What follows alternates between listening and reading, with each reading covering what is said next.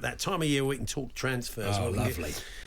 Whipped into a frenzy by every little transfer rumour, constantly refreshing pages, looking at all the websites. We're in the madhouse for our next couple of weeks, and I'm sure I'll be popping back throughout the next month. Will Pugh, the assistant sports news editor of The Sun. Good afternoon, Will. Afternoon, gents. Am I here to whip up? Let's whip up. Whip up the gossip, whip up the frenzy. Tell us where Mbappe's going. Every day. Transfer window. Wrexham, he's going to Wrexham. Charlie, good luck to him. Kalvin Phillips, a man in demand if we believe what we read. PSG, the latest. We had Newcastle, we've had him linked to a number of clubs, but I mean, look, he needs a bit of regular football, and he'll almost certainly be in the squad for the Euros, won't he? Yeah, you'd think. I mean, Gareth Southgate tends to like him anyway. The fallacy of the Premier League at the moment is that you can still be one of England's best midfielders and not get a sniff.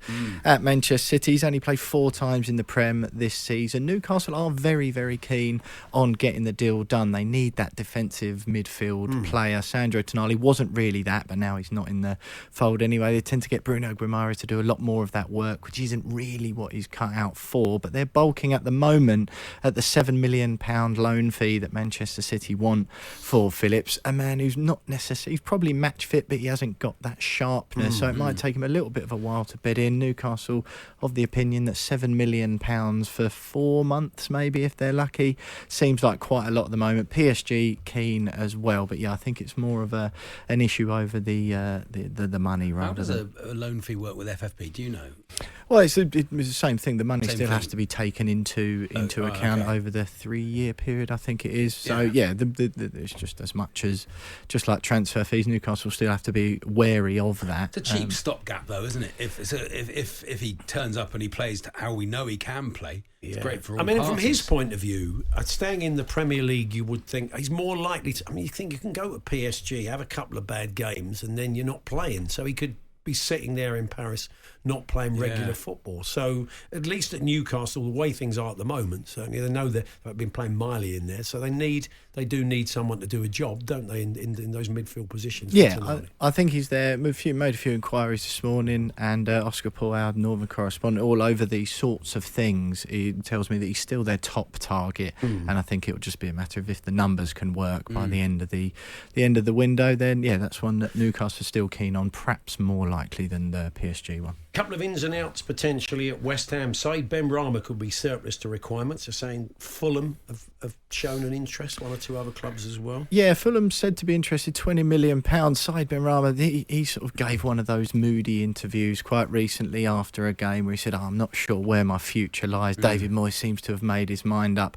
about me. Well, 1 assist and 0 goals in 20 appearances this season. One of the most frustratingly wasteful players you will watch. Had a couple of purple patches at West Ham, but he hasn't really pushed on to those levels that lots of people thought he would after he left Brentford. There is the interest from Fulham, as you've mentioned, but more likely, I understand that Lyon or a move to Saudi is probably a more likely destination. But West Ham would be happy to let him go this window if the money was right. I think they paid 25 million quid from Brentford, so if they get between 15 and 20, I think they'd be happy with that sum. And probably time to move on. I think Mohamed Kudus has come in and showed him how to play that position properly, very much down the pecking order. They might need him this month because Kudus is away, of course, isn't he? But interestingly, maybe that's one that'll get done later in the window. Well, that's sort of another indicator, though. Said Benrahma was a shoo-in for Algeria for a long time and not picked for the tournament. So kind of tells you where he's at. But you're right. He will expected to play tonight in Kudus' absence and probably will for January. But I imagine he'll depart by the end of the window. They're interested in Erik Dier, apparently. West Ham, who's he could sign a pre-contract overseas. We know he played in Portugal. I don't know if that's what he wants to do, but whether he'd want to sign for West Ham for 4 or 5 months or whatever. I take it it'd be a loan until the end of the season, until his deal run out. Well, I mean, his deal, like you say, expires at the end of the season. I've done some digging on this morning as well. The story emerged yesterday, just from sort of the one source that said West Ham had already made contact. I don't think it's quite as hard as that. And then James Ollie from ESPN this morning reporting that Tottenham have told him he can find another club this month if he wants to, which seems fair enough. He hasn't had a sniff this season, not in Ange Postecoglou's plans. And I think the more accurate thing, West Ham and Sporting Lisbon, the club he used to play for, monitoring the situation. West Ham were keen on Harry Maguire in the summer. That didn't quite go through in the end, and until the last few games have struggled to keep a clean sheet big time under Dave Moyes, although they do have quite a few centre-backs on the book as it is. So I think, monitoring the situation probably more accurate, but I would be surprised to see Dier in a West Ham shirt come the end. I wonder if Dier thinks he's got a late run at the England squad. I mean, he'd have to. He could, if he had, he's trusted by. It must be if he wants to play. Gareth Southgate, but he'd have to have 4 or 5 good months. I wonder if he might do if he goes somewhere and gets regular game time. Good point, Charlie. Yeah, if he starts in the Prem every week from now to the end of the season, no reason why not. But I'd be quite surprised if that was in a West Ham shirt. Feels a Moyes-ish player.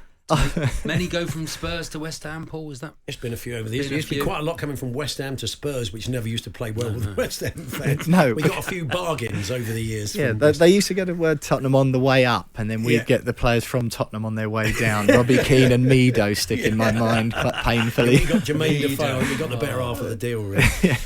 Jesse Lingard to Everton, talking to players that were at West Ham for a while. He's not been playing much, has he? So that could be an interesting one. Yeah, free agent since he left Nottingham Forest in the summer. 2 goals, 2 assists in 20 for Forest. Didn't exactly hit the ground running. No, he's been training. He trained with West Ham for a while, still thought of quite highly there, but I don't think they were tripping over themselves to do a deal, really. Sort of blessed with an embarrassment of riches in those positions. Also trained out in Saudi with Al Ettifaq, Steven Gerrard's team. Tried to get a deal out in Saudi. Nothing come of it in the end, of course. And I mean, it seems like one of them. If he can get a bit of game time and get a contract again, you don't want to be out of it for too long. Yeah, he might be the sort of player that Sean Dyche thinks he can stick his arm around his shoulder and get a tune out of him as well. If it's like that, I don't know. Is that what Everton need? They might need someone to.